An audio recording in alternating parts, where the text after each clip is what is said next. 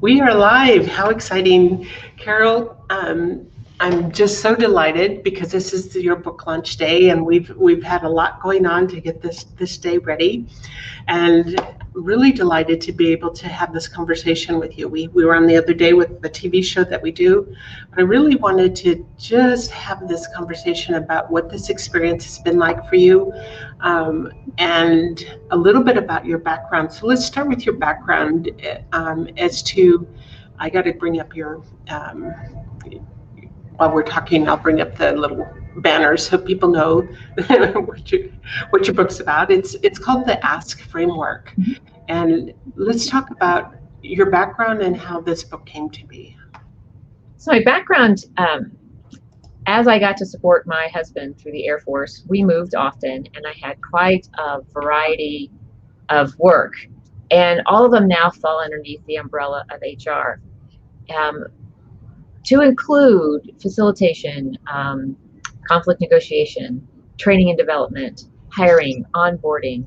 And I have a senior HR credential because of getting to work with leaders on strategy, succession planning, mission, vision, and values. How do you connect it to behaviors? How do you hire correctly for the culture that you want?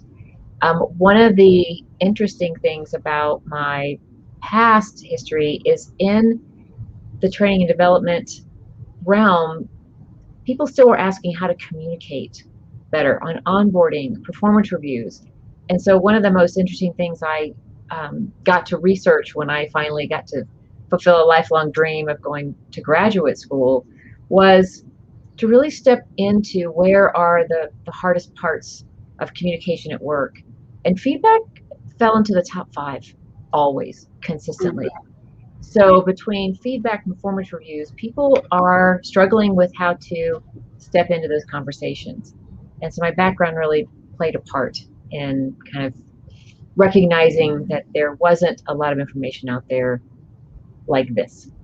There wasn't. I'm sure there isn't. And the questions that you ask, the title is The Ask Framework: Questions that Elevate Your Influence, Performance, and Leadership. And how important is that is within the flow of the workforce.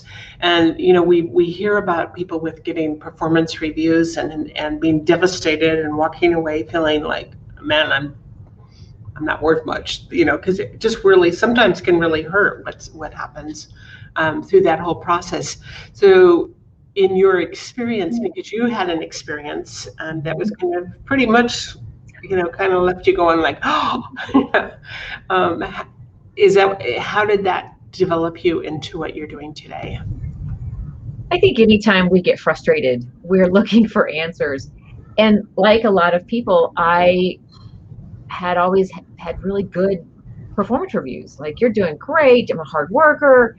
There was just the one time that you walked into performance review and the person wasn't prepared, or they started to make stuff up and it wasn't accurate, or you didn't feel it was fair. Or a lot of people suffer from recency bias, whereas I only remember the most recent thing. And what if you were on a team and the project didn't do well? Sometimes that can overshadow somebody reviewing all of your work from the past period, and often it's 6 months or a year. And so that a lot of people come out getting something good, but then getting something that they may not feel as fair. And so having had that experience myself was eye-opening. And I had heard other people say, oh, I went in and I get to hear this, and then I got this information. Where did that come from? Right. And when I started asking people, how did they step in that conversation? They go, I didn't have the right question. I didn't know how to step in that conversation. So I started doing the research, recognizing that we don't feel we have permission to ask better questions. We don't know that this is supposed to be a conversation. We don't recognize that in an interview even, that it's supposed to be a give and take conversation.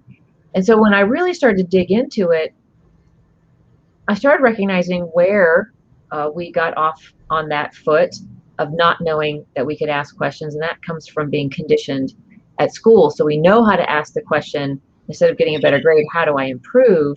because I always want to have areas to grow in. We forget to ask the question, well, what's the one thing I do really well? What did I do Yeah, good? what's the most meaningful thing I've contributed? And let the other person go, oh yeah, that's a good question. That's a good point. I need to. So often people assume that the person you work directly with or beside are complementing your work. And so they feel as if to be helpful and optimize this short time together, they're going to be helpful and tell you where else you can grow, and forgetting to remind you to validate what you're already doing really, really well. So we have to step in as professionals, as employees. Stop waiting. Stop waiting for a compliment. Stop waiting for someone to recognize it. Stop waiting, because it doesn't serve you well. It erodes your own ability to value what you're contributing every day. So I'm giving people permission to step in and ask better questions. But just doing that, I found, wasn't enough, because they immediately go, "What? How? I don't know how to do this." And that's when I realized I need to do the research on tangible steps. Even if you want to be able to think on your feet, which is why it's called a framework, here are the 4 parts. Doesn't have to be in order. Just make sure you get these 4 pieces of information. It drives a much richer conversation and better answers. That's truly beautiful. And I think it applies also to our family, because as we're raising our children, it's very, very easy to say, you didn't do this right, you didn't do that right, and you could improve here, but not really providing, that encouragement to that they did do something right, and always looking for those positive things that help them to really build their self-worth. So it works in the workforce, it works in how we speak with our family members. It does. In fact, that's where I started to experiment to see how this would really play out. And it was fascinating. I started making sure that they knew exactly the topic I was talking about, which is, I referenced this context. Make sure that you say, hey, in regards to dinner, right? It could be anything. The last time we went on a date, yesterday morning we were on a walk, whatever it is, make sure it's clear that they know where your head is before you ask a question. And then the research was really brilliant at helping me understand that while we can think about 3 things at once, we can only focus on 1 thing at once. So asking about, what was the most enjoyable part of the walk? What was your favorite part of the meal? What was the most fun aspect of the last date? Bringing it down to 1 thing helps the other person's brain just relax, and boop, that 1 thing pops up, and it makes it easy. It's a successful exchange. Like, okay, whew, I'm not walking on landmines. I'm not second guessing. And then what was really intriguing that I've never seen promoted in a professional conversation, let alone, casual conversations with your family, is, can you give me an example of how you experienced that? Can you give me an example of how you experienced that? Asking for an example of how they saw it through their eyes. That's where the magic was. I got to see myself through my husband's eyes, through my daughter's eyes, through my son's eyes, and I wouldn't have ever known that. I wouldn't have described it the same way. I wouldn't have known that they saw me that way. And that's what was so gratifying, just to be able to share and now understand more. And they actually, you could just see them enjoy that conversation, because the interesting thing about this idea of context, 1 thing, and example is that the person you're talking to suddenly feels very important. They feel seen, they feel valued, they feel really heard, and they feel a tighter connection of having been able to use their own words to describe what they see. And that was the beginning of me knowing, ooh, we're on to something. This is kind of magical. And then I started looking at it, well, could you use this as a leader to give information, good or bad? And you can.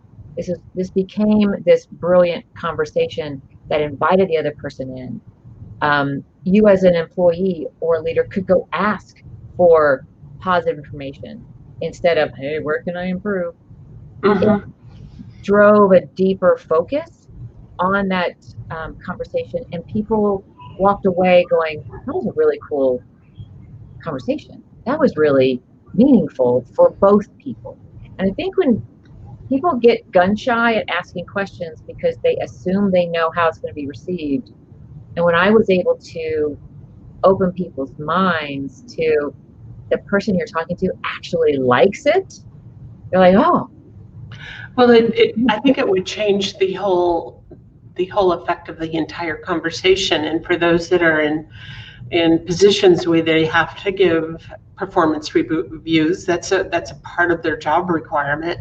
Sometimes I'm thinking that, listening to my daughter and what she goes through with these performance reviews and the awkward situations at times, having a fresh perspective and her knowing a different way of even performing those reviews can really just change the whole flow and actually the end result of how that individual really feels and their performance as they move forward in their work, as they continue on, instead of it, well, nobody likes me, or she picked on me the whole time, that type of right. arrangement. Yeah.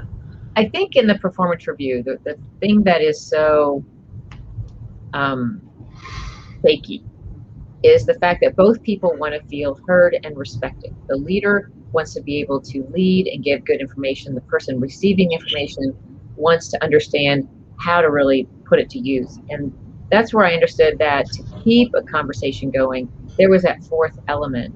So in regards to your daughter, because I know we've talked about this, and she's a leader needing to give information, there are two interesting aspects. When you're getting to give positive information with more accuracy, it's a new conversation where you can say, here's the one thing I see you doing so well, and here's an example of how I see it.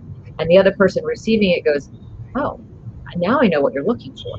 Mm-hmm. The person who's receiving it can also step in and say, I see that you've given me, let's say, a 4 out of a 5. What's the one thing I could do to move that 4 to a 5? And can you give me an example of how you'll recognize it? And that fourth part, that next part, if you really want to dive into actual items, is the what and how questions. What is it that I could do first? How would you like me to start? What do you want to see at the end of the project to recognize I've done this? How do I inform you that this is actually becoming a challenge? This what and how questions drive a better conversation of what is being seen. Kind of changes the trajectory, doesn't it? It does. It moves it into, here's how we're going to handle it in a very seamless, very high level professional conversation with no drama. Right. What are you looking for? How are you going to recognize it? Just tell me. Very interesting. So for listeners, Carol's book is available right now on through many of the bookstores. It's on Amazon. We're doing a book launch through Amazon, and she has it in her hand, and mine hasn't come in yet. And pretty exciting. It's a fabulous book in the sense of it. She gives you that step-by-step. This is the way, it does, and it gives real life examples. And she's going to be doing another book coming up, which really will be more case studies on how this applies. But this book is beautiful because she gives true to life experiences in her own experiences, even from how it really, when she reflected back to even some questions from her childhood that really made an impact. And so I hope you will pick up a copy of this amazing book. Share it with somebody that really really could use it, because I know that some of us, we want to have the biggest impact. I think most of us do really want to have a big impact. It's sometimes we just don't quite know the procedures and the steps to accomplish this. And this is a really refreshing read. It's not difficult steps to follow, but the fresh perspective does make a huge difference. And we've got a lot of promotion going on right now. And Carol, I just want to celebrate with you the fact that you've got to this point. I know writing a book is not easy. It's not, I always say it's not No. for the faint of heart because there's a lot that goes into it. There's a lot of moving parts to making sure that that book gets seen and read and that you get heard, really, because as the leader that you are. I'm probably like a lot of people who face the pandemic with, oh, how do I What do I do make now? use of my time? And this was an idea that I had percolating and took it, back into a hug. And I really have to thank a lot of people who have helped this process, my family, my friends, a lot of people I've talked to, people I've interviewed. But the next book, this book here, is also an invitation. If you pick this book up and you put it to use, or want to put it to use, and you do, I invite you to connect with me and let me know how it worked, because this is what I want to build the next book on, is the case studies of what you got out of it, what challenges you faced, because anything new has this unique little hill in our brain to get past. But I have worked with people, I have heard from people who've used this, and they were like, this was a lot easier than I thought. And I was so blown away by what happened that this is what the invitation is. I invite you to try this so that then your name can be in the next book of what you experienced and help us uncover maybe the challenges. Maybe there's a common challenge that everybody has. And I'd love to see everybody jump in and contribute to the next book. That's beautiful, and I think there will be some really amazing feedback on this, as how to, because we're all concerned to make sure that not only in our family life, but also in the way we interact with friends and in the way we interact with business acquaintances and on the job, is vital to the success of any business or any operation that is taking place. So. Wow. Well, we celebrate with you today and so excited. And we do have the link right underneath. You can actually, if you don't want to use that link, you can also go to Amazon and just type in Carol Stiza, and you've got the, or the Ask framework. Either way, it will bring it up. And just pick up this copy. You can get it in Kindle or in paperback, and just really enjoy the content that Carol has so eloquently brought to us. Well, and I look forward to, I think I used to give reviews in books, and I never knew that if people read them. And I can say that now, I'm appreciating the reviews that are coming in. I've gotten emails, and I said, hey, do you mind putting that on Amazon? And several people have, and I'm really excited to see what is the one thing that people liked the most about whatever part of the book that they read or put to use. And it's been fun to hear, and everybody's different. Everybody picks something different that they love. So it's been really rewarding. Awesome. Very good. Well, congratulations, and thank you for having the heart to bring this piece of art, this work of art, and heart to the world. And so appreciate it. Pick up a copy. You're going to really enjoy it. And thank you to everyone who does, because this is a labor of love. Yes, it is. All right. Thank you. To your success. Thanks.